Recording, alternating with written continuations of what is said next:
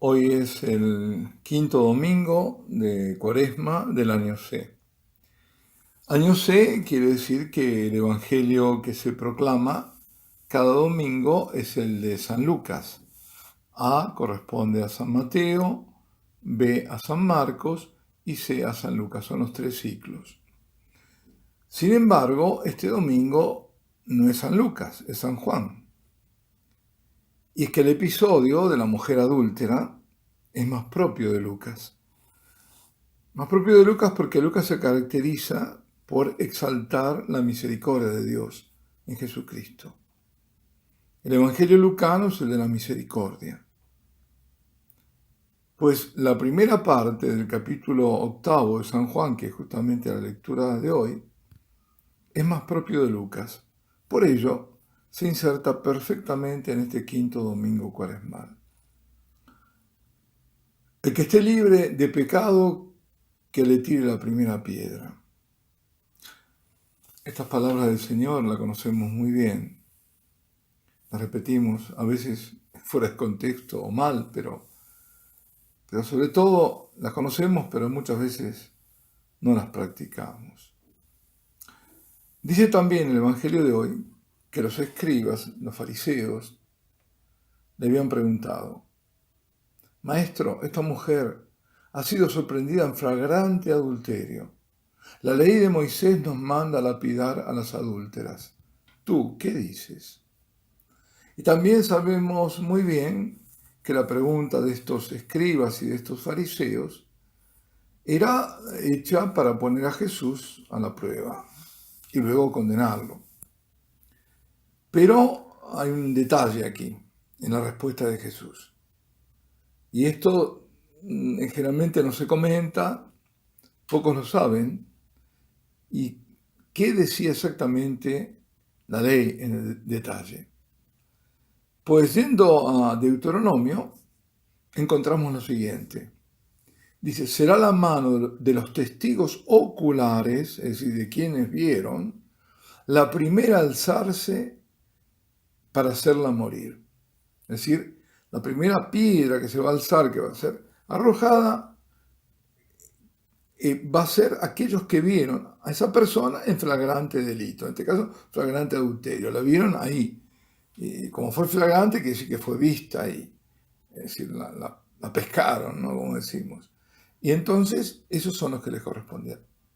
¿Pero qué hizo el Señor?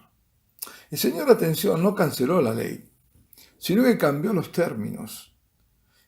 Y con su respuesta, ante todo, está mostrando toda su autoridad, ¿no? Es que el legislador es Él, en definitiva, ¿no? Con su respuesta les dijo, haceos testigos de vosotros mismos.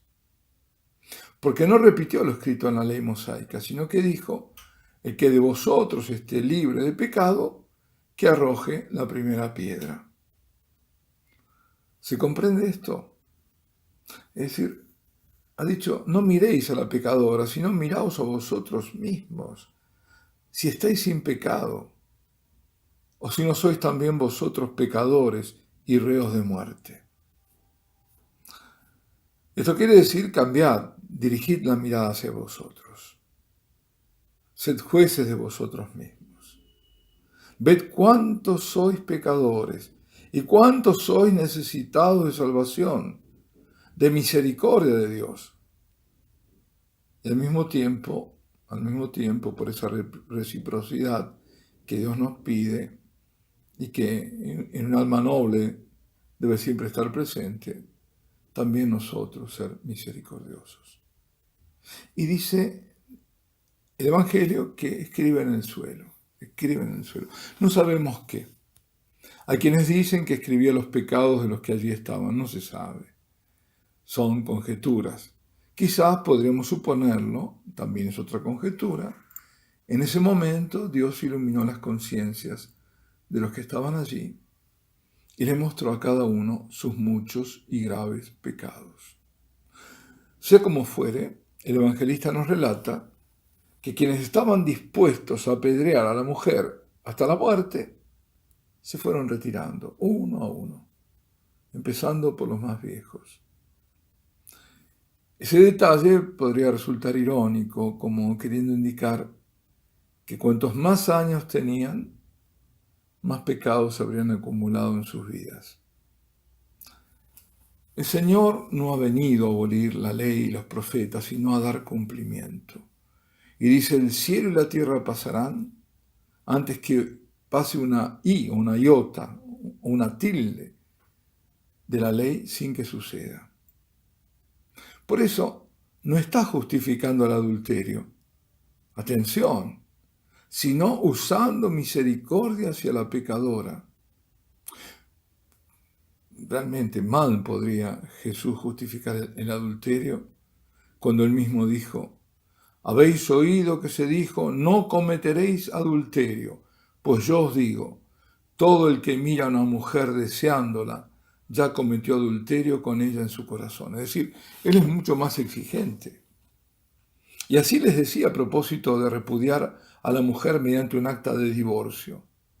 Les decía, teniendo en cuenta la dureza de vuestro corazón, Moisés escribió para vosotros este precepto. Es decir, está diciendo, el divorcio es un precepto humano, no divino. Sin embargo, dice, lo que Dios unió, no lo separe el hombre. Es decir, no pretendamos ser más misericordiosos que Dios. No nos engañemos. No existe el divorcio católico, no existe. La Iglesia no puede anular un matrimonio rato y consumado. Quien está con una mujer o con un hombre que no es su cónyuge, comete adulterio. Es decir, quien está viviendo como marido y mujer, ¿no? Otra cosa es si viven como hermanos, pero eso es otra cosa. Y quien está en pecado mortal, porque eso es pecado mortal, sea ese o cualquier otro pecado mortal, no puede acceder a la comunión eucarística. Eso es clarísimo.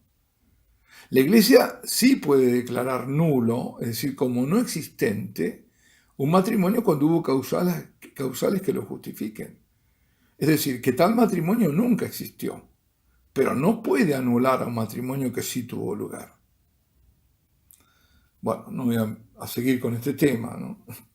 Jesús, volvemos al episodio de la adúltera, más que liberar a la mujer de la muerte por lapidación, en realidad si nos pensamos bien, la está salvando de la muerte por el pecado, es decir, de la muerte eterna, a la que lleva el adulterio y todos los pecados mortales, y la recupera, restituyéndole su dignidad por su perdón. Eso es lo que pasa cuando vamos con un pecado mortal a confesar nuestros pecados al confesor, que cuando nos absuelven nos restituyen nuestra dignidad por el perdón de Dios. Quien perdona es el Señor, claro. Es Dios. Yo te perdono, yo te absuelvo de tus pecados en el nombre del Padre y del Hijo y del Espíritu Santo. Es la santidad de Dios en Cristo Jesús que se antepone a la adúltera y a los otros hombres que la acosan para matarla y que llevan también sobre ellos grandes pecados. Ahora uno se pregunta, ¿qué habrá sentido aquella mujer? Bueno, seguramente miedo. Sí, sobre todo miedo ante la inminente muerte, es lógico. Pero la santidad del Señor habrá también provocado en ella arrepentimiento. Tal vez vergüenza y dolor y esperanza de salvación. Y todo esto lo vio y por eso perdonó. Los hombres habían dado sentencia definitiva e irrevocable, porque para ellos esa mujer estaba perdida y debía ser cancelada de su pueblo. Jesús, en cambio, la reviste con su misericordia y le confiere nueva dignidad, abriéndole el camino de la esperanza y de la vida. Justamente, la primera lectura es del profeta Isaías. Y Dios dice a través del profeta, mirad que realizo algo nuevo, ya está brotando, ¿no lo notáis? Es Dios quien libera y hace nuevo al hombre viejo. Es Dios quien hace nacer la vida de lo que estaba muerto. Dios, por medio del profeta Isaías, habla a su pueblo y le dice, abriré un camino en el desierto, ríos en el yermo, el pueblo que formé para que proclame mi alabanza. ¿De qué está hablando el profeta? Bueno, Dios nos hizo capaz de comunicarnos con Él. Se dice capaz de, es decir, capaces de recibir su misericordia, su perdón, su bendición, su paz. Capaces de acoger la humanidad de Cristo y de recibir la plenitud de la vida. Somos capaces de comunicar y de comprender el misterio de Dios que nos ha sido revelado. Claro, el misterio de Dios total es imposible, pero lo que nos ha sido revelado es lo que nos va revelando. Si somos capaces, pero al mismo tiempo somos áridos. Somos a veces secos como el desierto. ¿Cuántas veces no logramos que de nuestras bocas salgan alabanzas? Salen a veces, sí, fácilmente lamentaciones, pero alabanzas. Nuestras rodillas no se doblan en adoración. A pesar de todo esto, lo sepamos o no lo sepamos, tenemos sed de Dios. Y claro, la mayoría de las veces no se manifiesta claramente.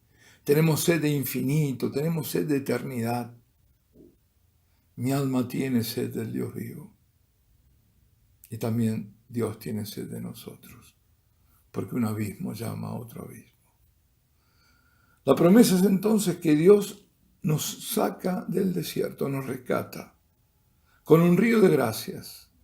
Nos da un corazón nuevo, que se conmueve o que sabe conmoverse ante la miseria de los demás y descubre la propia miseria. Un corazón que no se hace juez, sino instrumento de salvación. Nos da un espíritu nuevo. Nos hace hombres nuevos que proclaman su alabanza, que lo adoran en espíritu y en verdad. Hace de nosotros verdaderos adoradores, capaces de adorar con un corazón puro, porque es purificado, claro. Entonces, cuando somos tocados por el amor de Dios, o mejor, cuando nos dejamos tocar por su amor, que se manifiesta en la gracia, en el don que nos hace, podemos decir con el apóstol, que la segunda lectura, para mí todo es pérdida comparado con la excelencia del conocimiento de Cristo Jesús, mi Señor. Queridos amigos, que este Evangelio, las lecturas del profeta Isaías, la carta a los Filipenses de San Pablo, nos lleven a conocer más hondamente la misericordia de Dios, que nos acerquen a Él, a este Dios revelado en su Hijo, que se conmueve ante nuestra miseria cuando nos arrepentimos, aunque no llegue a ser una verdadera compunción por los pecados, sino una lamentación por el estado en que nos encontramos de desesperación, como el hijo pródigo y quizás como la adúltera. Que meditando estos pasajes descubramos el don de Dios, que se manifiesta sobre todo en el don de sí mismo en la Eucaristía. La Eucaristía es Él, el Señor, en toda su misericordia, que viene a nuestra miseria para que nosotros nos acerquemos a Él, eso sí, con corazón humilde y puro. Alabado sea Jesucristo.